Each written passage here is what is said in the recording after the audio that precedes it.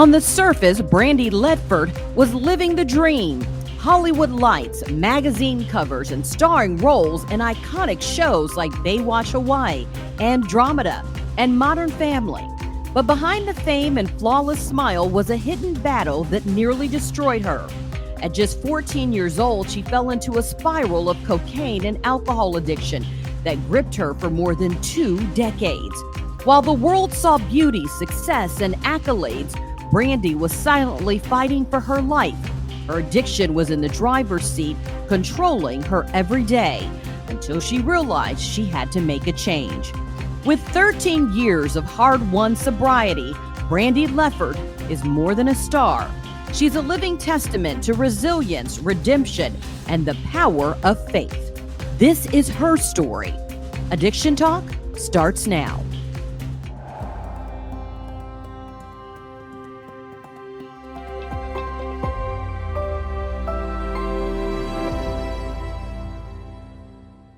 Brandy, we're so excited to have you on Addiction Talk because many people have seen you, in the TV shows that you've done and remember you as a model, but to be able to hear in your own words your sobriety journey, I think will be so impactful for many people. So welcome to Addiction Talk.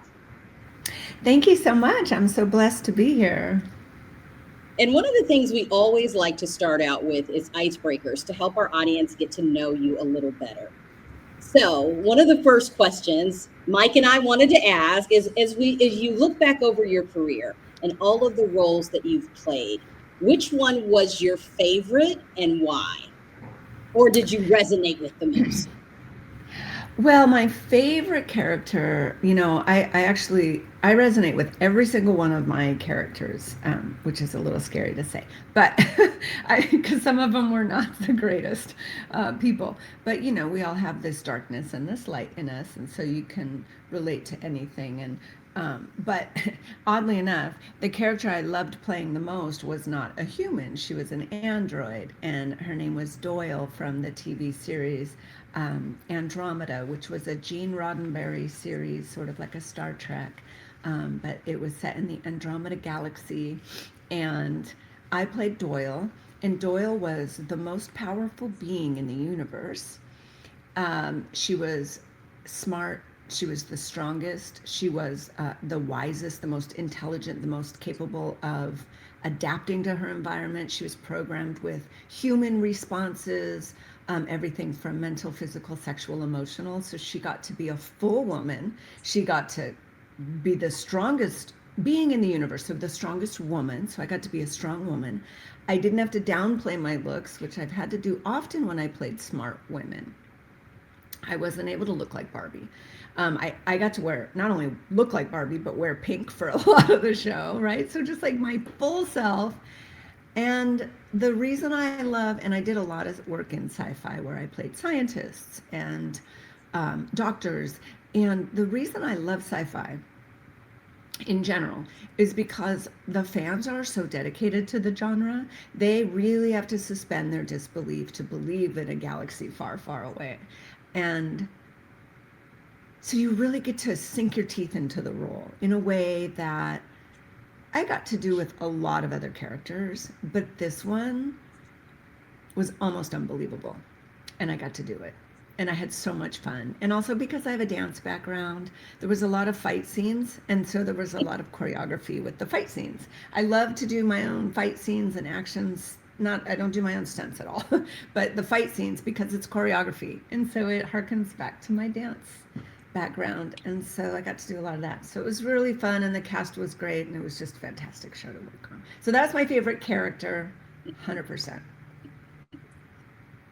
I love that. I have a question. So, do you think, like you said this important thing that you couldn't actually be yourself? And because it was sci-fi, you could be yourself without any judgment. Do you think that's always been something that's so hard? Because, like you said, you couldn't, just be the blonde, be whoever you wanted to be, and then be the dance person. Me as an addict, that's always been that thing. If we can't be authentic and we can't express ourselves authentically, we usually use. Do you think that's always been that thing with you that you couldn't just be yourself and it had to take a sci-fi character to really embrace that? I love how you brought that back to addiction. That was a master class right there. Like circling back to addiction right now. Um, yes, I feel like my alcoholism, my whole life has been exasperated by not feeling comfortable in my own skin, not being able to be myself. As an actress, you're never playing yourself. So it's not so much that my character was the only character where I felt like I could be myself. It was just, you know, I remember the first time a producer asked me to dye my hair brown to play a serious role. I'm a really intelligent, really serious person. I'm very, very deep. I have a lot of philosophical thoughts and ideologies, and I'm really smart, and I'm really a lot of things. I'm capable of becoming a lawyer or a doctor if I want, but I don't look like that. So the stereotype is she's not going to play that character if she looks like Barbie. You don't even take Barbie seriously, and she's everything, right? Like, and that was sort of the problem with me in my life when I started as an actress. I even had, my earlier managers say, make sure you go to acting school because you look like a bimbo. You could say that in the 90s.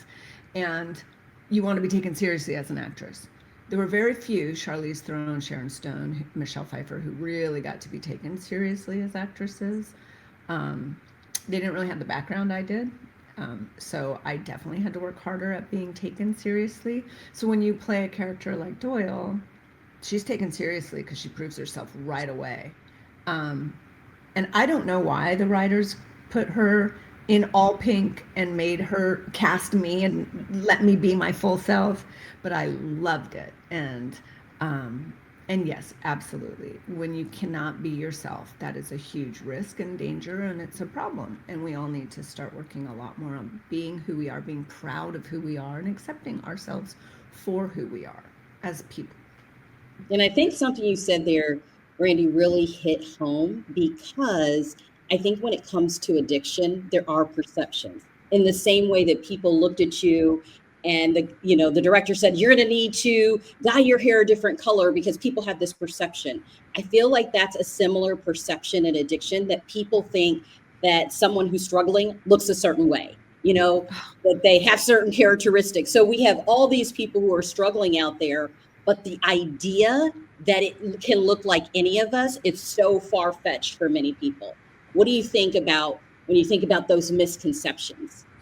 Yes, another really incredible segue into people when they hear my story, they look at, so, and I do this too, but everyone looks at someone else and they think, wow, they look like they have it all together. Look how they seem to be. There's no way they have any issues, or worse, there's no way they could relate to any of my issues because they must be perfect or problem free or have it all together. And so when I do share my story, and I hear this often, people are surprised that you've been through anything, and how could someone like you go through stuff like that? But then I feel like they feel less alone, like, oh wow, okay, well, if she went through all that and she can get through it, then maybe I can too.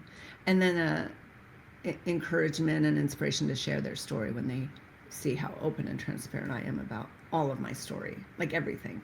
But I do feel like people really picture alcoholics, and we hear this all the time, right? Like, oh, it's like that guy under the bridge. That's what an alcoholic is. So, I'm a soccer mom. I get my kids to school on time. I have a good job. I work hard. I am gainfully employed. How can I be an alcoholic? And the truth is we're addicts and alcoholics, regardless of what our trauma was in our childhood, regardless of what our upbringing is, regardless of how well we can hold it, hide it, keep it. We're alcoholics because we can't drink just one glass of wine at dinner once a month. In my experience, I cannot just have a little bit of alcohol. I can't do just one line of cocaine. I can't just take a pain pill when I have a headache. I eventually, and lately, immediately during I had a relapse 14 years ago, picked up right where I left off. That's why I'm an alcoholic. I can't enjoy a beverage. It Yeah. takes me, and I lose control completely. So I think people don't realize that when they're in denial or confused or ignorant about what it means or scared. And so when they see somebody who they thought was something else come out and say, no, I'm also an alcoholic. I hope it gives them the courage to say, oh yeah, I struggle with that too. I have a question because I've met you in person and you radiate so much and you're so like just your essence is great and you're authentic. For years, because like I started talking like coming out about drinking and doing cocaine like 15 years ago, and people are like, oh, don't do that. You're crazy. Keep it in the Yeah. rooms. I was like, keep what in the rooms? I'm not talking about anyone else. Do you find it's hard because you look a certain way and stereotypically you're like, she can't have problems? Even though you talk about it, like she's blonde, she's pretty, she does stuff. I come from a different background. And then people kind of like they identify us with, they see me, hey, I'm in shape, I've always looked good, I've always been on shows, I've always done that. They just, and then they hear my trauma and they're like, is that really real? Or is they saying that? And you're like, why would I make it up? Like I snorted cocaine like an animal, I drink like an animal. Like, do you know what I mean? So do you sometimes like it gets a little you get frustrated when people even don't accept your truth?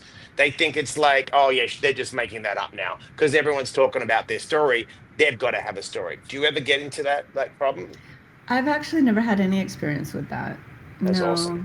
No. Yeah. Mm-mm. Um, no, but I can see how that could happen. I um, I feel like the only sort of issue I have is some people are really anonymous. I keep others, but like you said, I'm just telling my story. I keep others anonymous, and I actually keep the 12-step program anonymous. I just say 12-step program. Do you know what I mean? Yeah. Respect the traditions of our program, and am really strict about that. So I think the only real issue I run across sometimes is um, people who don't like to share their story publicly, which is totally fine. They don't have to. They have reasons not to. And then and I'm so vocal about it and out loud about it, but I've been able to help so many people by publicly announcing that I struggle with addiction and alcoholism that I'm actually not really worried about if people don't believe it. No one has come. I haven't come across that, but if I did, I wouldn't be bothered by it. It's Because awesome. I've helped too many people for it to matter whether someone thinks I'm not. I And mean, I I'm think not getting it's attention for this. I'm on television. I get attention for like any. I go to the Good. grocery store. I get attention. I don't really need to promote my alcoholism to get attention. Right. It's It's great. not a thing. And when I think about your story, Brandy, one thing that really touches me too is that how did you get to the point of being comfortable with sharing it? Because I think a lot of people, there's this denial. Like you said, you were doing all the things, you're at the height of your career, you're functioning, you're a mom, you're doing all the things. So we hear that a lot, that people feel like, I don't really have a problem. Are you sure? Is Yeah. this really me? And there's this denial to getting to the point of acceptance, to getting to the point of Mhm. sharing your truth. I feel like that's two things. So I'll talk on how I got out of denial, but first I'll answer your question about how I became comfortable sharing it. A friend of mine, Tara Connor, I don't know if you all know her. You should have her on. Yes, She was we've had her on the Miss Universe. podcast. Oh, you have? Okay. Yes, She's a friend yes, of yes. mine, and when I first got into recovery, I don't even think I was on Instagram yet, but eventually that became a thing, and we're all on social media. And I started watching her tell her story publicly, and she inspired me. I actually thought, oh my gosh, she's helping people. She's Her story unfortunately became public without her permission first, Right. right? Like her entire cocaine situation at Miss America or whatever it was. And then she just embraced it and is now telling her story. And then another friend of mine, a sponsee of mine, uh, a girl I mentor, would come publicly and talk about her recovery story on Instagram. I was like, oh my gosh, we could do that. I could actually make a difference. Here's the reason. I didn't want to go on Instagram. I was very private. I didn't even want to go on MySpace. I didn't have Facebook. I don't use Facebook. I'm just like, as for a public person, I'm pretty private, and I don't like to share my private life, and I still don't, even on Instagram. But um and I could have pretty pictures, and I could show some pretty cute shoes and outfits and me cooking or whatever. And I was trying to find my way on Instagram. I was like, what am I going to do here? It has to be meaningful. I cannot just be a pretty face. It will literally not work for me. And then I thought, oh, why don't I inspire? Why don't I do some pretty pictures and then do some inspiration and do some pretty pictures and do some talk on recovery and do some fun pictures and lifestyle pictures. And so you can see on my Instagram grid, actually, there's a whole, it's usually in the center, but it switches when I post different pictures, but it's my base and it's inspirational quotes. And I go through and research every single one of those. It has to mean something. It can't repeat, and it has to be personal to me. Either I write it or I take it from somewhere else, but then I can feel good about what I'm doing on social media because I'm trying to make a difference and I'm trying to be impactful and not just have cute, sexy, fun pictures all the time. I'm trying to make a difference, and the only way I can do that is to talk about what worked for me, what works for me, and what I do to keep it. And to me, that's my recovery, because that's my entire life. Without God and recovery, I have exactly nothing. So it's something I have to create meaning where I am at, and that's how I did it. As far as getting out of denial about being an alcoholic, I was in the hospital ODing. It was literally no choice for me but to admit that I was an alcoholic and I was powerless over my disease. Did you worry when you first started talking about it? Did anyone try to say to you, because we're both in the entertainment industry, and sometimes people get weird with that when we talk about our addictions and stuff. Did anyone ever say, an agent, don't do that? No, no, no, no, don't start talking about stuff. And did anyone try to say, don't do it? No. That's awesome. Mm-mm. I had one person in the business once tell me, but this was 27 years ago. He said, when you stop doing drugs, you're not going to be as creative. I did have someone say Wow. that to me. Yeah, it turned out not to be true. I worked all the time after that. But no one ever taught. Actually, people in my team are in recovery, and so they understand it. But no, nobody told me not to talk about it. In fact, I think everyone that I am in touch with is proud to That's hear awesome. me. A lot of them saw me sick. A lot of them saw me in a bad place.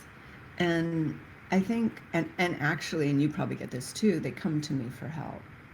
Some of them have either reached out to me on a personal level or about somebody else in their circle. And that happens to me almost all the time, like Yep. weekly, where one of them will say, hey, I have a friend or someone I know is struggling. Where can I send them?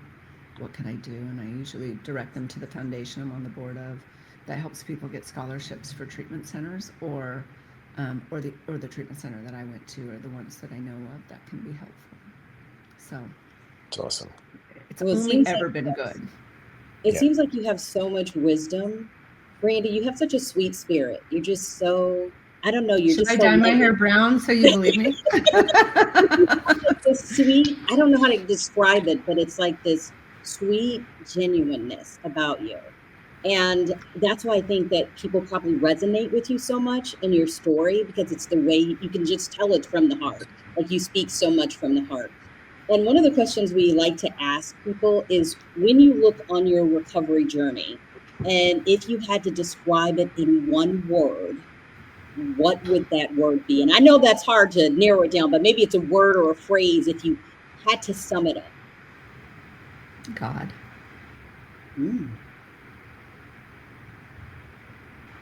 God, I like it. All right, here's one for you, because I never had a problem with this, but people battle this all the time. How important is it to surrender? You never had a problem with surrendering? Once I knew I was done, I surrendered. Oh. I just So surrendered straight away. your question is, how important is it? Yeah, for your recovery. By the way, thank you for that compliment. I love being called sweet and genuine. That made me feel really, really good. It's so true. I think That surrender means is that's so good. everything. No, I think surrender is vital.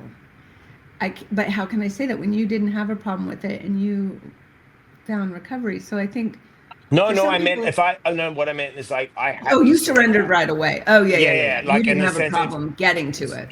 yeah, I was gonna say if I didn't surrender, I'd be dead. I was Yeah, like, yeah, I yeah. knew when, to me, because some people mess with the surrendering. They're like, Oh, well, I yeah. kind of, I'm like, no, no, no. For me, once I surrendered that I had Yeah. a problem and I had to turn it over to my higher power, I didn't question Yeah. it. It was like, nope, surrender. Do you know what I mean? Move the ego. That's why I I asked, do. because yeah, that's why I wanted to ask you. Yeah, yeah, Well, so I think surrender is the most important, right? And that yeah. to me, and could mean different things to different people, but it's really admitting you're powerless is an act of surrender. And then it is tied in with an act of faith. In order to surrender, you have to have faith in something, right? So I put all of my faith and all of um, my life was unmanageable because I couldn't depend on anything except for drugs and alcohol to get me through every single day. When I surrendered and became completely willing to be um, able to admit that I was powerless, my life was turned over, which is a surrender. Yep. Um, and I think without that first ability, I don't know how you get sober without Yep. surrendering, because you have to literally give up the drugs, the alcohol, the notion, the fear behind it all. But you do have to turn it in, to surrender it, turn it in, turn it over. So I think it's vital. And that's why I have to tie that back into God, because that is, well, first of all, that is surrender in and of itself, just accepting and understanding that there's something bigger than yourself, that God is there and that he loves you and that he wants the best for you. And so I wonder, did you find God in the process, or was God always a part of your life, but you now realize just how much he loved and cared for you and wanted the best for you? Wow, that's a great question. I did not grow up with God. I didn't go to church. I didn't have a influence one way or the other. Even though both my parents had religious upbringings, I wasn't raised with a religious upbringing. Until I was about 23 or 24, I hadn't even stepped foot in a church, as far as I can remember. But I found God around that time in church, in a Southern Baptist church in the hills of North Carolina with my family, my dad and all of them back then, in 1993. And nope, 1994. And so I had this deep love for God, and it changed my life a little bit. And I started going to church, and I became a Christian. And I felt loved and held, but I was still a drug addict, and I was still an alcoholic, and all the other things. And I was even dry sober for a few years. And I would go to church, and I believed everything, and I still do, but I didn't have the powerful connection I have with God that I have today because of my program of recovery. So for the last 13 years plus that I've been in recovery this time, I have had such a deeper connection with a higher power, who I choose to call God. That's where I'm at. And it deepens every day. I get it. I wake up every morning and I pray before I even get out of bed. It's just a thing I have to pray. And I have to read some literature from various sources, Bible, AA literature, devotionals, inspirational recovery literature. And then I meditate. And I have to meditate every day, even if it's just 3 minutes, like whatever I have, because that connects me to my higher power. And in that way, I can really have this deep connection this way, so that when I go out into the world this way, I can that's what it takes for me to just be sane and sober. And then maybe a little of service and gracious and all those I things. wonder too, when you say that, were you ever angry with God, or ever asked, why can't I just do this? Why can't I just pray and this go away? Like, help me. Did you ever find yourself in those moments? Pray it away. No, not at God, but at the like. So when I had some physical stuff happen to me in sobriety, and I wanted drugs so bad. I was in pain, but not enough pain. I was in the kind of pain that drug addicts are like, okay, I can take drugs now. It wasn't enough for that, but it was just enough to trigger me and make me want to abuse pain pills. You can take pain pills if you're careful about it and extremely responsible, and your doctor knows and your supporters know that you are, you have to take pain pills for some surgery or whatever. That's my belief, and I've had to do that. But this particular issue, I was not in enough pain to require narcotics, but my God, I wanted them for a whole year. And I wasn't mad at God. I was mad that I was a drug addict. I was like, why do I have to be a drug addict? I could just, we're just so drug addict-y. Like, I would go, why do I have to be a drug addict? If I wasn't a drug addict, I could just take these narcotics. No non-drug addict people think that way.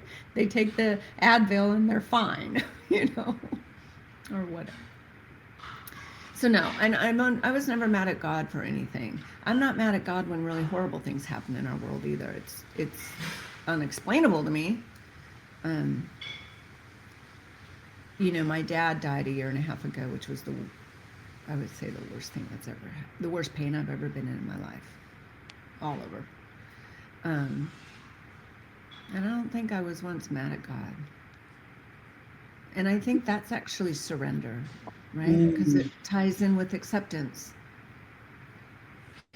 Yeah. And then being able to do nothing about my dad dying, right? Just, no, I wasn't mad at God. I'm not mad at God. I'm an alcoholic. Thank God I'm an alcoholic, because I now have,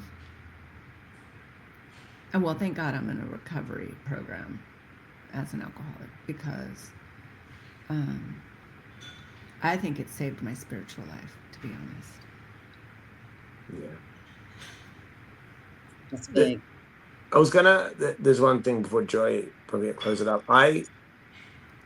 You said this, I love what you said about faith before, and we were talking the other day, surrendering is the most important thing to me. Doing so many interventions and so many detoxes now, like I'm on all these detox calls. The first thing is that you got to surrender. You got to surrender. And I always tell people, I don't know about you, but I just want to ask you, I'm one of those people that knows that I'll never drink and do cocaine again. I know that. But my behavior, if I don't have a program, I will make bad choices. My behavior can go very sideways. And I surrender to that every day. So when you start your day, I start it meticulously with, prayer. I do a lot of yoga. I have to do these things in the morning because I travel so much. If I don't, I'm out. If I don't regulate myself in the morning, I'm out. What does your routine look like? I know you pray, but when you start your day, how do you start it? Do you know what I mean? How do you set the tone? Because we know the tone at the start is the tone all day. You can't play catch up. So how do you start your day? So I wonder if this is when he cut out, but I was talking about it earlier. But I definitely start it with prayer. I don't get out of bed before I pray. I pray, and I have a set list of prayers that I love. And then I don't go on social media. I try not to turn on the news. Not turn it on, but get on Twitter or Apple News.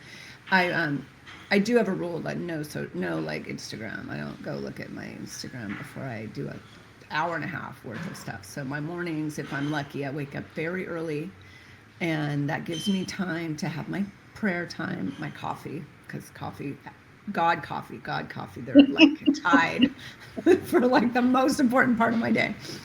And then I read some stuff from my Bible. I read some devotionals. I read recovery-based literature. I read page 86 through 88 in our big book every morning. And then daily stuff like from Emmett Fox. I read some stuff from Courage to Change, a day at a time. I just have this long list, and I've been doing it since the day I got sober, and I just am pretty strict about it because it's what's working.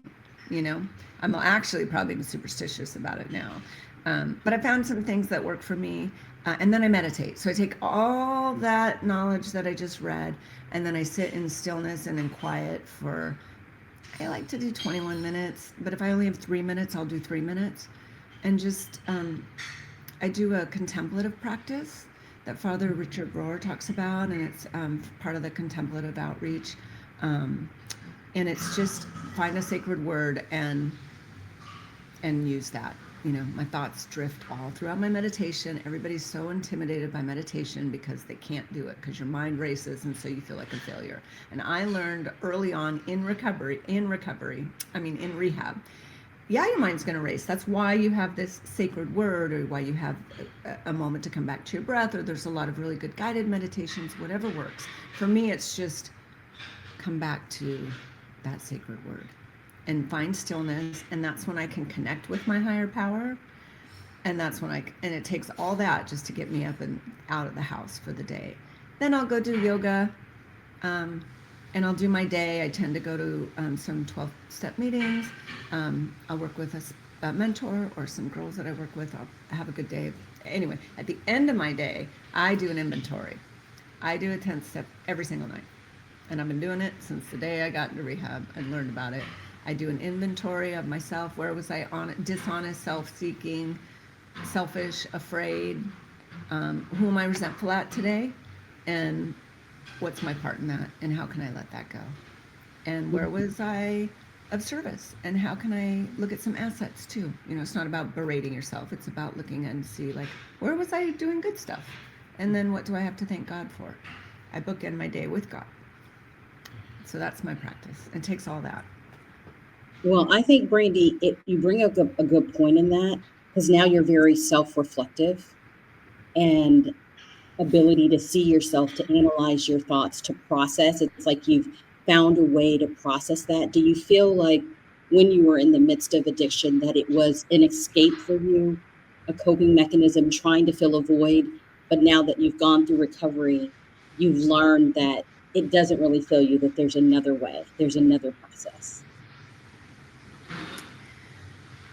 Yes, it was an escape. It was a coping mechanism too, and I had it from the very beginning. It was all I knew how to cope. It was all that was role modeled for me. It's all I saw. I started very early. You were 11, right, when you first started? I was 11 when I first started. I smoked pot, but I mean, even before then, some of the adults around me were giving me rum and beer. And I remember really early, like 6 years old, loving to pop my dad's beer can and then drink the foam, and loving that taste and that effect. Or eating the little pearl onion out of my mom's cocktail. I don't know what it was. And loving that alcohol in my system, you know, early. So then when pot came, I am not really a pot smoker, so it wasn't like my thing, but cocaine and alcohol, 100% my thing. So, and that started at 14, which is so young, you know. But I don't think it was, I think it, conceivably it's filling a void. So when you take it away, you have to replenish that void with the good, right? With the God, with your higher power, with the program of recovery, with other people, chocolate, anything that works.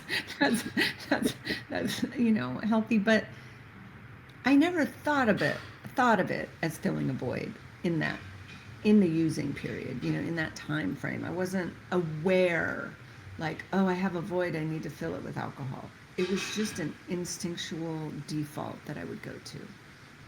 And that's the part that surrender plays such a significant role in recovery, because it is my default.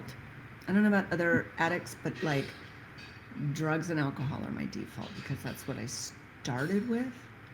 And I had to unlearn and reprogram and go, I don't need that to help this situation. Hey, listen, if alcohol worked, I'd be drinking it. I loved alcohol. If cocaine worked, I'd be always snorting it or smoking it because I loved it. But it doesn't actually work. And yet we can't think our way sober. I can't just rationalize that. Like, oh, it doesn't work, I'll stop now. I do have to then, in recovery, go, what is that void? They say you have a really good friend of mine who mentors me in a different program says, do you have a God-sized hole? And the only person that can fill a God-sized hole is God. And then the other friend says, there's no hole. There's no void.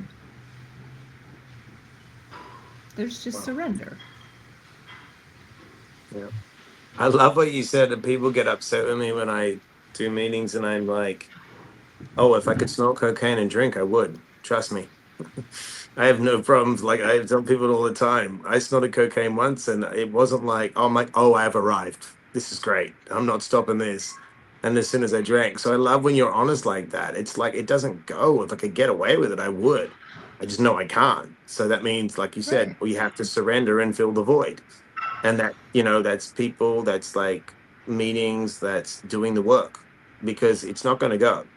It's always going to be there in the distraction. So, do you right now where you are in your career and and things are really kind of strange.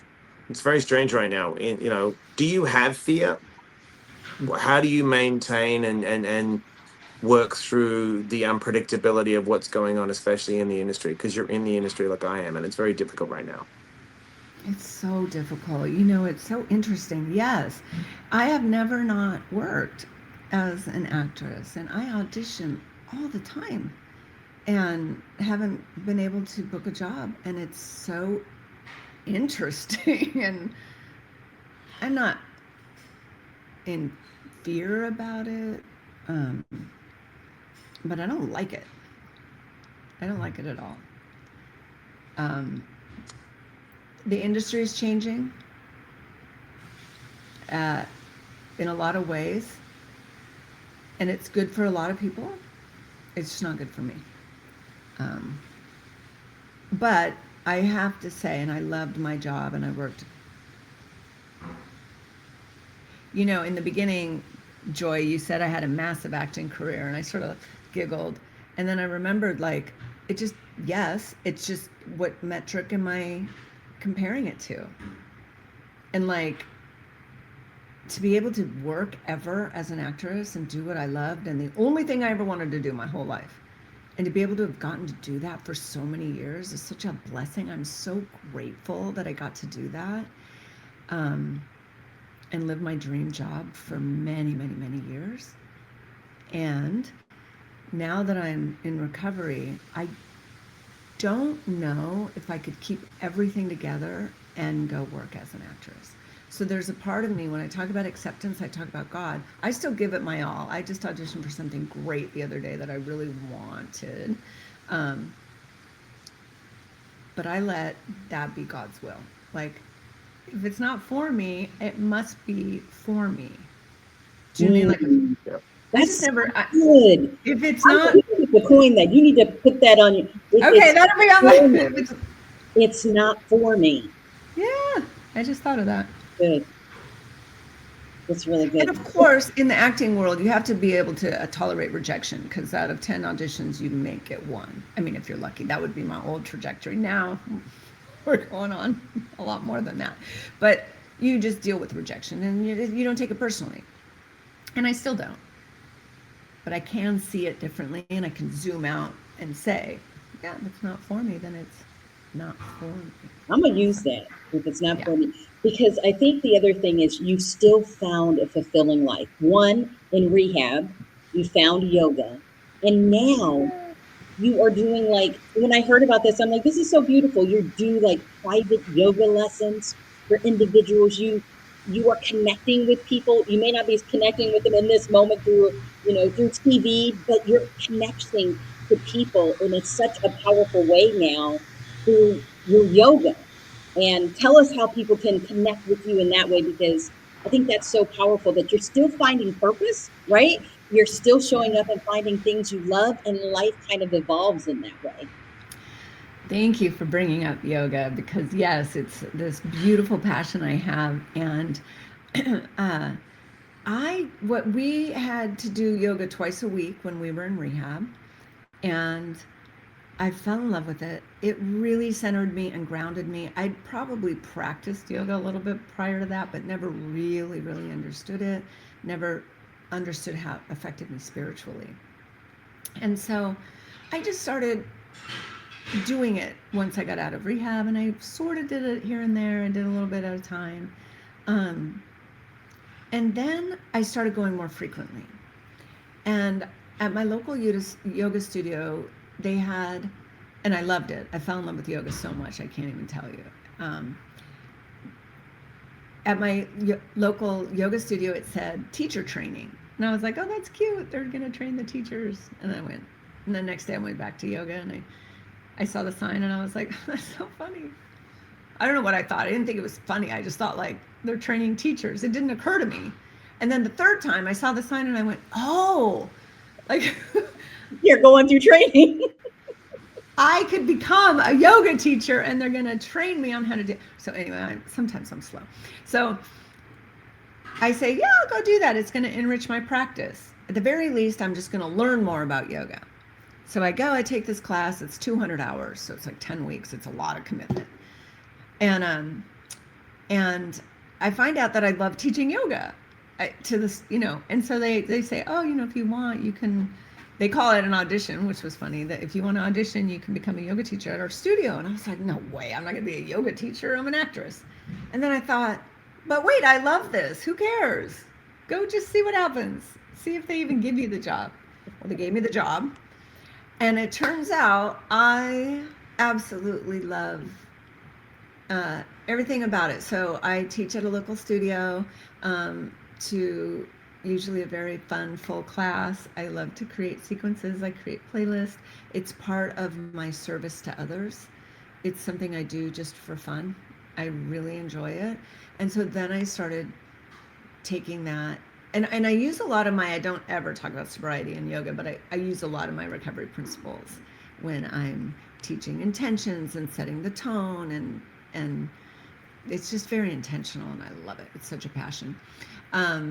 So then I just decided to start doing some private yoga sessions, because some people don't like to come to class, or some people can't.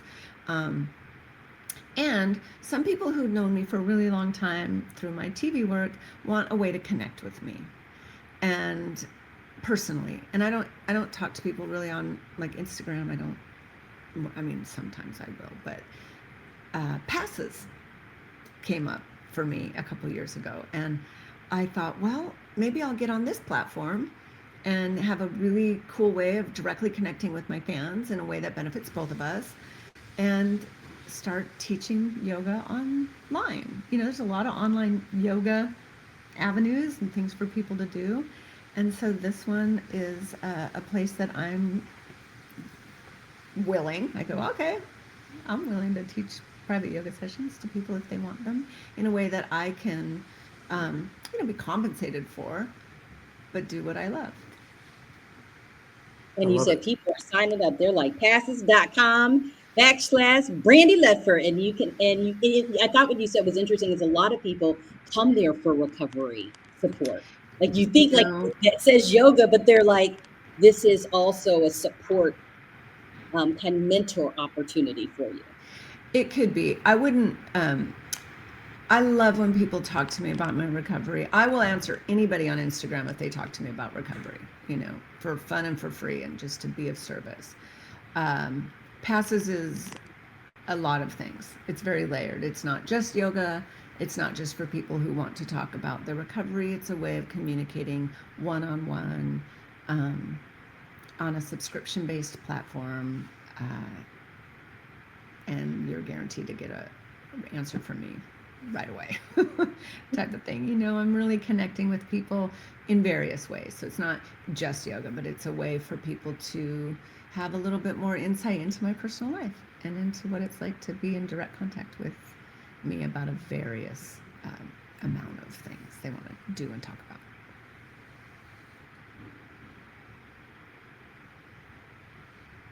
Well, I was going to say, you wrap it up, Joy. Sorry. Well, I was just going to say a couple last things that I wanted to touch on with you, Brandy, is you did go to rehab, and that was a big thing for you. And if you were to give a message, because I think a lot of people are hesitant to want to go to treatment, there's a lot of unknowns, there's a lot of fear. Why do you think that people should consider treatment? And how impactful was it for you? I mean, you've made it 13 plus years, you're saying now, and I know you had been even longer, but you had, relapse, which is part of the disease. But it seems to have been very instrumental in your journey. Well,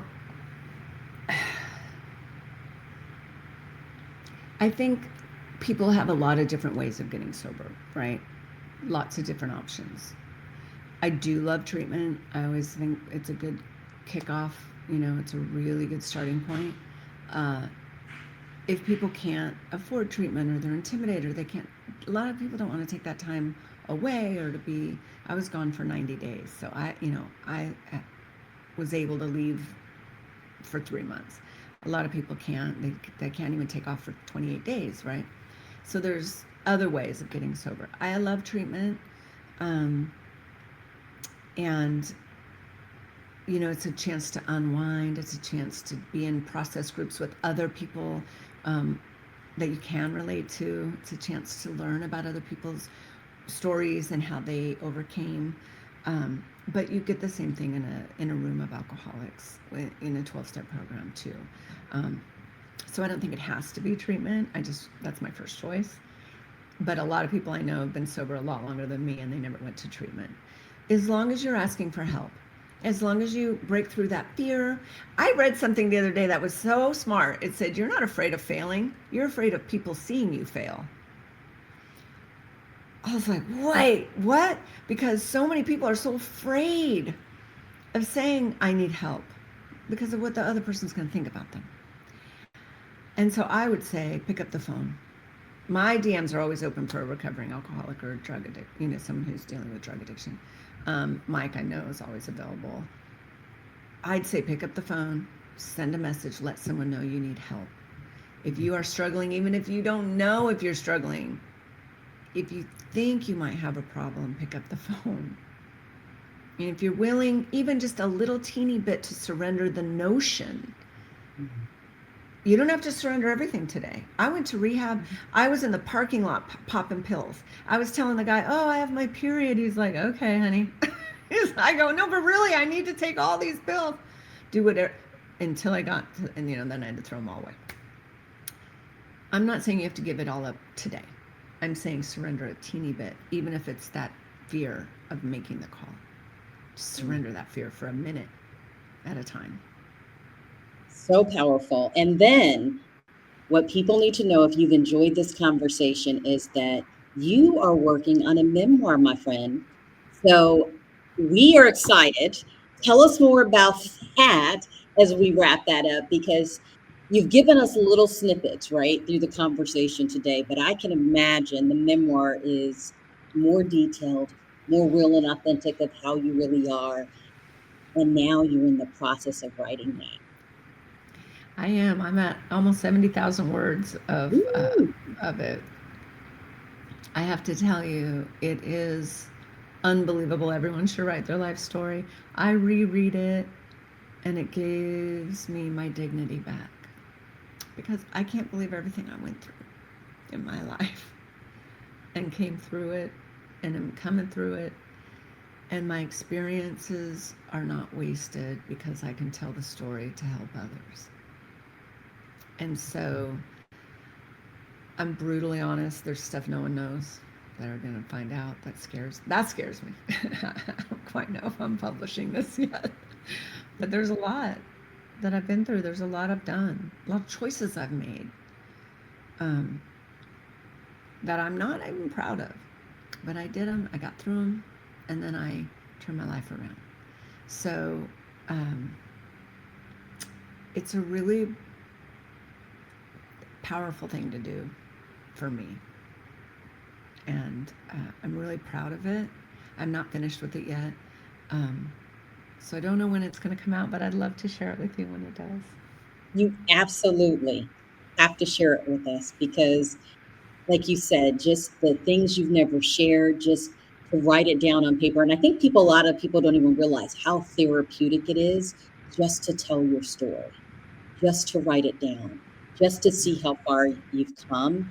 And the fact that we see you here today, Brandy, you are smiling, girl, you are glowing. You've always been beautiful, but you have a glow to you. And I think you are the epitome of the fact that don't give up on yourself, that recovery is possible, and that there's always hope. There's always hope, and don't give up. So is there any final words you'd want to leave as we wrap up? Just thank you. Just thank you. Thank you for asking me to be on your podcast and for everything you are all doing to help others in recovery. You work tirelessly. I see you, Mike. Mike is a savage when it comes to helping people. Well, you know what? Brandy will know this. I remember when I'm glad you said about the treatment. I went to 3 meetings a day for the first 3 years. I just walked into meetings. So I was owning bars with Scott Weiland and all these people shooting TV shows. And I just walked into meetings. And I remember this great thing this person said in a meeting. And they said, "How much did you use?" I'm like, 8 ball, cocaine a day, drinking. It never stopped. High bottom, what do you want? And he's like, "That's how you have to use the rooms." Yeah. And as soon as that guy said that, I was like, oh, right. And I just, everything I do, and Joy will tell you, I do detox groups all day. I help people all day. I do content. It's like I'm an addict and an alcoholic. I'm up at 3, 4 in the morning doing yoga. I don't mess around. There's no, I have to run a program because, like I always say to people, and you'll agree with this, when you look at this disease we have, it's pretty special when you see a guy like Robert Downey Jr. went from smoking crack to Iron Man. Yeah. It's a pretty big stretch. You can go, right? That's a superhero. There's a superhero in every addict. We just have to get out of our own way and surrender and then become the superhero. I love that. That's Mm. good. That's so good. But thank you And so it's much daily. for coming on. It's daily. It's a daily practice. Oh, Don't forget. absolutely. Yeah. So it was awesome. Thank you. Thank you, Brandy.